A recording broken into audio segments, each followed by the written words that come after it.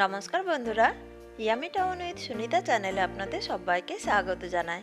আজ আমি আপনাদের সাথে শেয়ার করব সর্ষে গলদার রেসিপি। এই সর্ষে গলদা আপনারা হয়তো অনেকবার খেয়েছেন, কিন্তু আজ আমি একটু ভিন্ন ধরনের সর্ষে গলদার রেসিপি শেয়ার করব। এইভাবে একবার সর্ষে গলদা বাড়িতে বানিয়ে দেখুন। বানানো ভীষণই সহজ আর খেতে কিন্তু একদম ভিন্ন ধরনের হয়, আর গরম ভাতের সাথে খেতে কিন্তু অসাধারণ লাগে। তাহলে চলুন রেসিপিটি শুরু করি। সর্ষে গলদা বানাবার জন্য আমি এখানে 700 গ্রাম গলদা চিংড়ি মাছ নিয়েছি। আমি এই চিংড়ি মাছগুলোকে ভালো করে বেছে নিয়ে জল দিয়ে ধুয়ে পরিষ্কার করে নিয়ে জলটাকে ঝরিয়ে নিয়েছি। এবার আমি এর মধ্যে নুন হলুদ মাখিয়ে দেব। তাই আমি চিংড়ি মাছের মধ্যে হাফ চামচ নুন আর হাফ চামচ হলুদ গুঁড়ো ছড়িয়ে দিলাম। এবার আমি হাতে করে নুন হলুদটাকে চিংড়ি মাছের মধ্যে ভালো করে মাখিয়ে নেব। তো দেখুন, আমি নুন হলুদটাকে চিংড়ি মাছের মধ্যে ভালো করে মাখিয়ে নিয়েছি। এবার আমি চিংড়ি মাছগুলোকে এইভাবে নুন হলুদ মাখিয়ে 10 মিনিট রেখে দেব। তারপর আমি চিংড়ি মাছগুলোকে ভেজে নেব। 10 মিনিট পর গ্যাস ওভেনে আমি একটা ফ্রাইং প্যান গরম হতে বসিয়ে দিয়েছি। এবার আমি এর মধ্যে দিয়ে দিচ্ছি সরষের তেল। সরষে দিয়ে তৈরি যে কোনো রান্না যদি এই সরষের তেলে বানানো হয় তাহলে তার টেস্টটা কিন্তু ভীষণই ভালো আসে।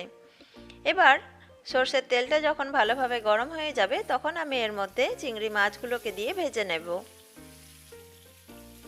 যেহেতু আমি এই রান্নাটা ফ্রাইং প্যানের মধ্যে করছি, তাই আমি সমস্ত চিংড়ি মাছগুলোকে একসাথে দিয়ে ভেজে নিচ্ছি। যদি আপনারা রান্নাটা কড়াইয়ের মধ্যে করেন আর একসাথে দিয়ে যদি আপনাদের ভাজতে অসুবিধা হয়, আপনারা চিংড়ি মাছগুলোকে দুবারে দিয়েও ভেজে তুলে নিতে পারেন। এবার আমি উল্টে পাল্টে চিংড়ি মাছগুলোকে ভালো করে ভেজে নেব। খুব বেশি কিন্তু আমি কড়া করে চিংড়ি মাছগুলোকে ভাজবো না। খুব বেশি কড়া করে যদি চিংড়ি মাছ ভাজা হয় তাহলে চিংড়ি মাছের মধ্যে একটা রাবারি ভাব চলে আসে, আর তখন কিন্তু চিংড়ি মাছগুলো খেতে ভালো লাগে না। বন্ধুরা, এর আগেও আমি মালাইকারি সহ আরও অনেকগুলি চিংড়ির রেসিপি আপনাদের সাথে শেয়ার করেছি। তার লিঙ্ক আমি নিচে ডেসক্রিপশন বক্সে দিয়ে দেবো, আপনারা চাইলে চেক করে নিতে পারেন। তো দেখুন বন্ধুরা, আমি উল্টে পাল্টে চিংড়ি মাছগুলোকে ভালো করে ভেজে নিয়েছি। এর কালারটাও ভীষণই সুন্দর এসছে। এবার আমি চিংড়ি মাছগুলোকে তুলে নেব। সমস্ত চিংড়ি মাছগুলোকে ভেজে তুলে নেওয়ার পর আমি সর্ষেটা একটু বেটে রেডি করে নেব। তাই এখানে একটা মিক্সির জারের মধ্যে আমি নিয়ে নিচ্ছি 3 চামচ কালো সর্ষে, আর এর সাথে আমি নিয়ে নিচ্ছি 4টে কাঁচা লঙ্কা। এবার সর্ষের তেতো ভাবটা কাটানোর জন্য আমি এর মধ্যে একটু নুন দিয়ে দিলাম। এবার সর্ষেটাকে আমি কাঁচা লঙ্কার সাথে একটু শুকনো প্রথমে গুঁড়িয়ে নেব।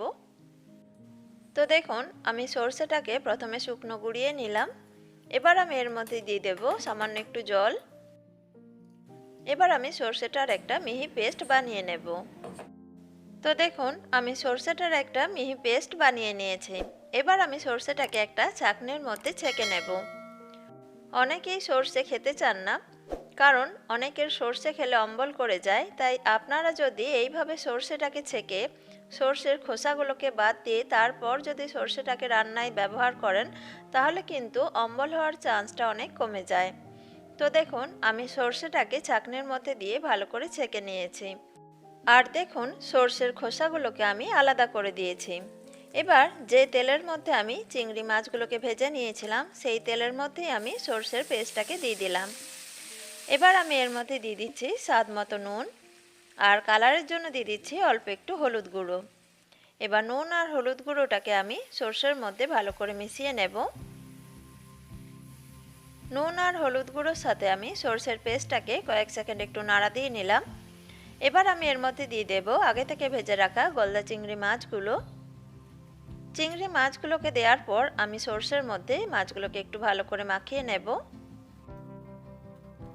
সর্ষের মধ্যে গলদা চিংড়ি মাছগুলোকে ভালো করে মাখিয়ে নেওয়ার পর আমি এর মধ্যে দিয়ে দেব 1.5 গ্লাস নারকেলের দুধ। এই নারকেলের দুধ আপনারা বাড়িতে নারকেল থাকলে খুব সহজেই বাড়িতে বের করে নিতে পারবেন। নারকেলের দুধটাকে চিংড়ির মধ্যে দেওয়ার পর আমি এর মধ্যে দিয়ে দিচ্ছি 3টে চেরা কাঁচা লঙ্কা। এবার সব কিছু আমি একবার ভালো করে মিশিয়ে নিয়ে দুধটাকে আমি ফুটতে দেব।